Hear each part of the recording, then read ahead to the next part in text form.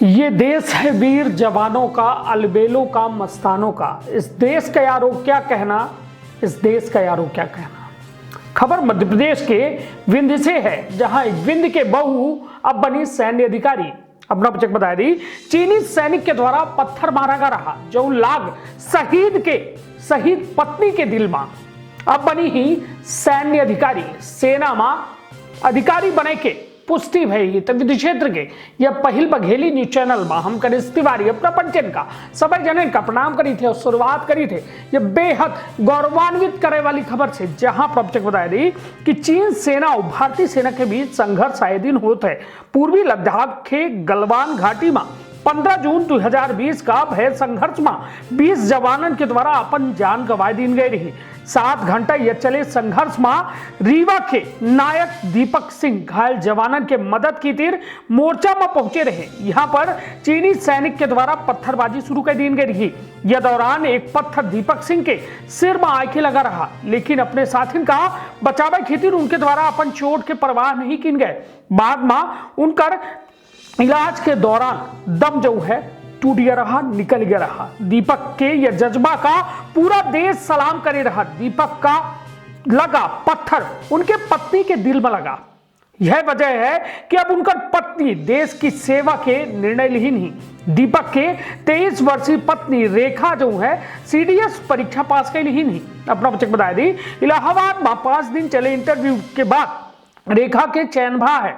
अब रेखा चेन्नई में सेवा पूर्व प्रशिक्षण प्राप्त करी ही, फिर देश में अपन सेवा दे ही।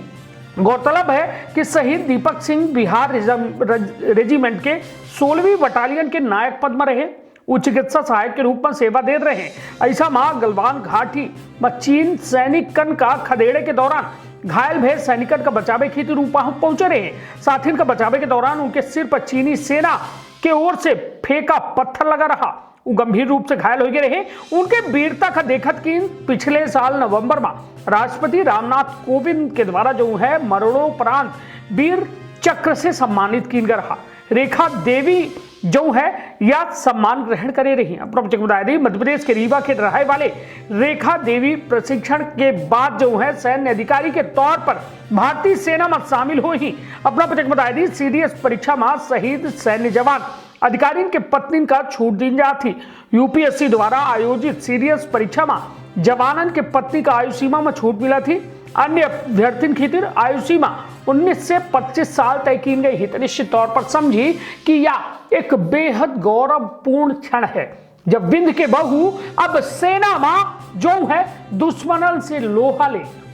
खुद सोची कि जो पत्नी अपने पति का देश पर समर्पित कर दी, जो मां अपने लड़का का देश पर समर्पित कर दी, हम तो वह पत्नी के चरणन पर जो है नमन करी थे कि इतनी हिम्मत थी और देश सेवा के इतना भाव है कि सोची पति का देश पर न्यौछावर कर दी, अब खुद देश पर न्यौछावर हो की खुद सेना में शामिल हो रही हैं।